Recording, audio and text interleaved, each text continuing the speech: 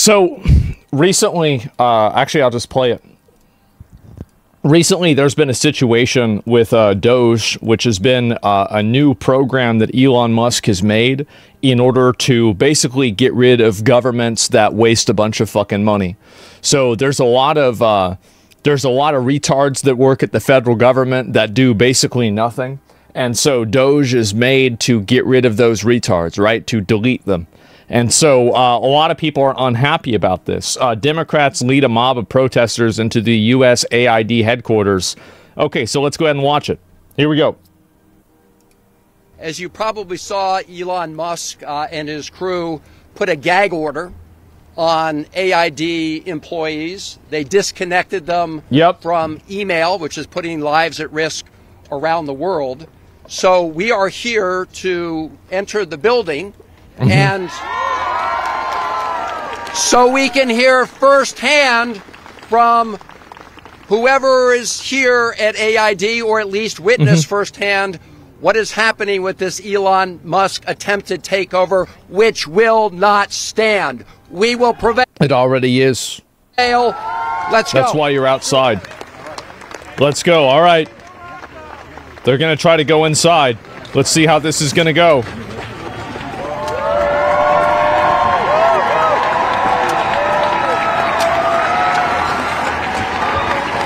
All right, here it comes.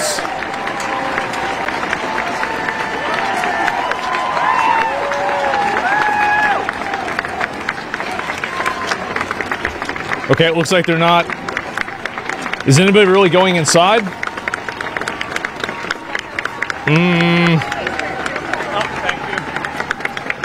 It's locked.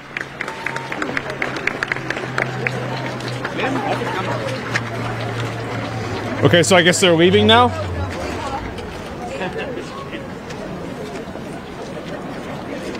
So that one's locked too.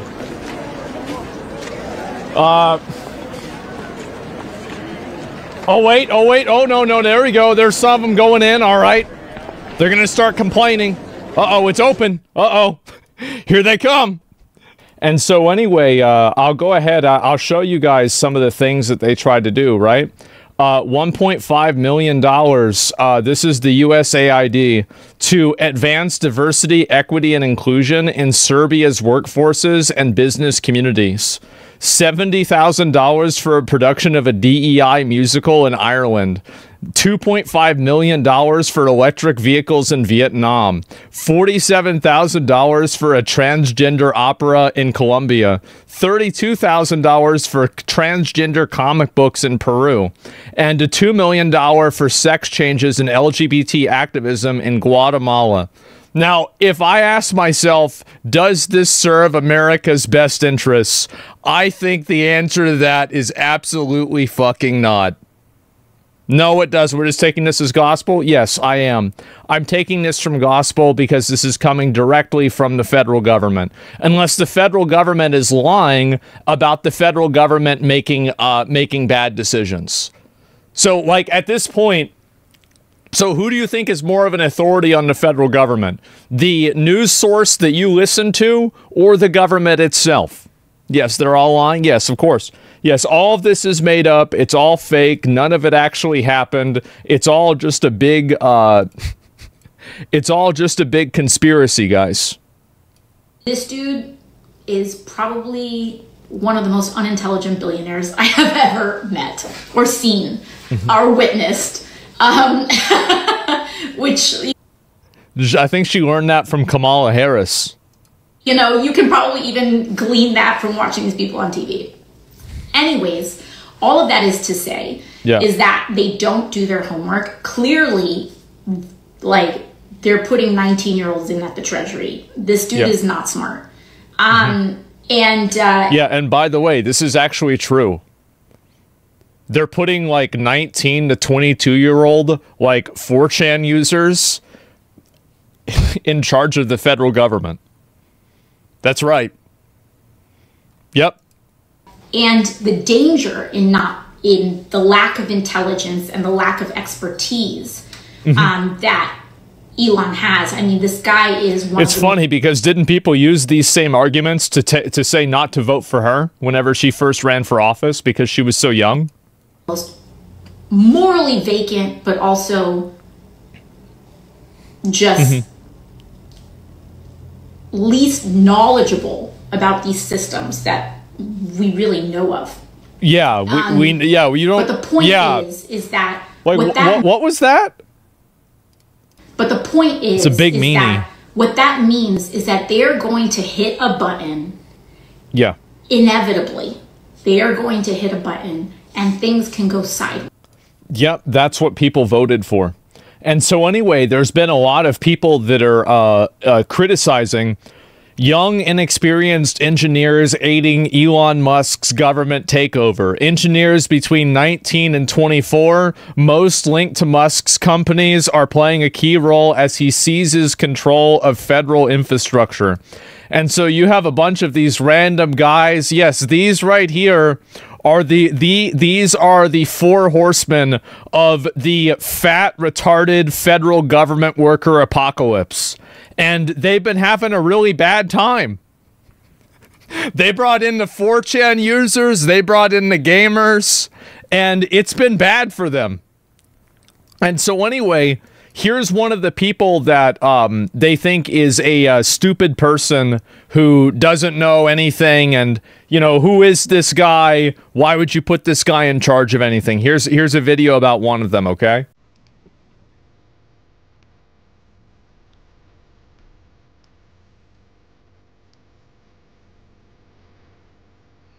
So I've always been interested in history. Growing up, I learned Latin. I was never that good at it, but I was always kind of into that sort of stuff, read a lot about the Roman Empire and things.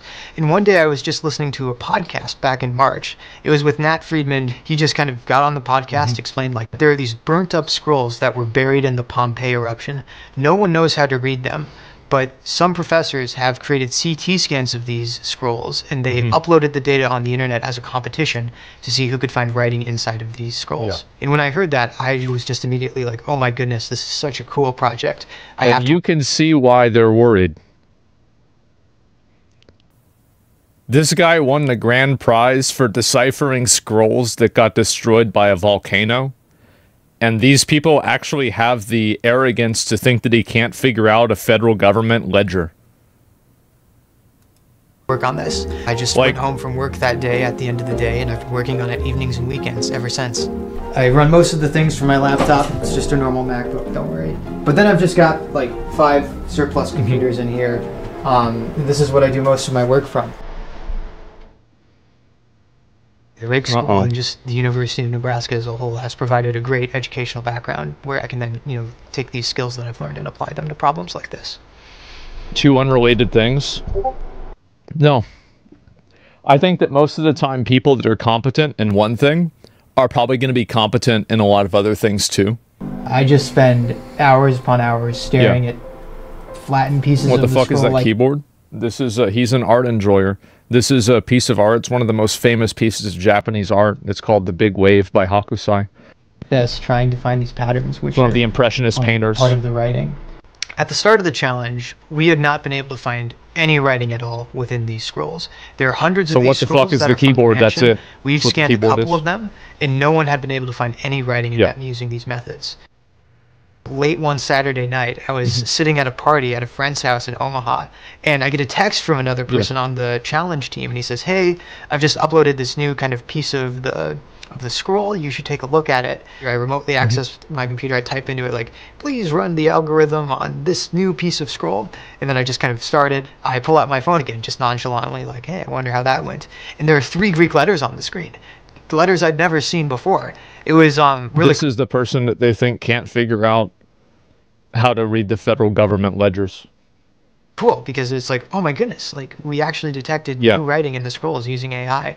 That was the moment I realized, like, this is actually going to work. Like we were probably going to read. You can see why they're worried. I completely freaked out. My friends were there, and I was cheering, jumping up and down, you know, screaming, crying, all the stuff. I would took a picture of the results, and I sent them to my mom, and she called me, and she's like, hey, these look great, you know.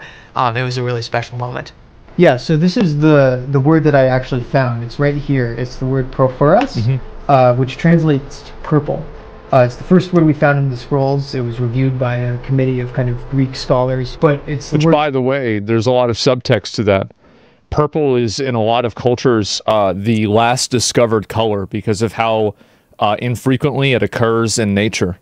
And so it implies that the culture that these scrolls were received in was very advanced.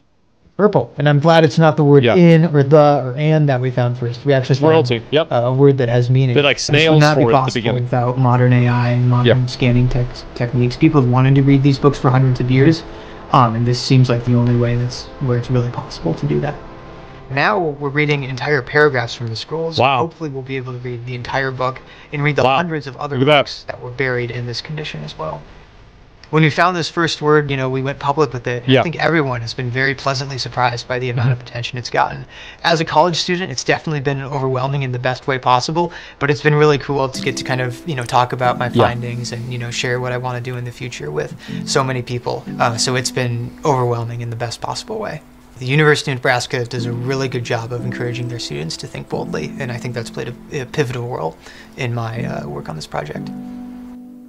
So, we'll go back to the statement that she said. Let's go ahead and watch this again. This dude is probably one of the most unintelligent billionaires I have ever met or seen or witnessed. Which, you can probably even glean that from watching these people on TV. Anyways, all of that is to say is that they don't do their homework. Clearly, they're putting 19-year-olds in at the Treasury. This dude is not smart.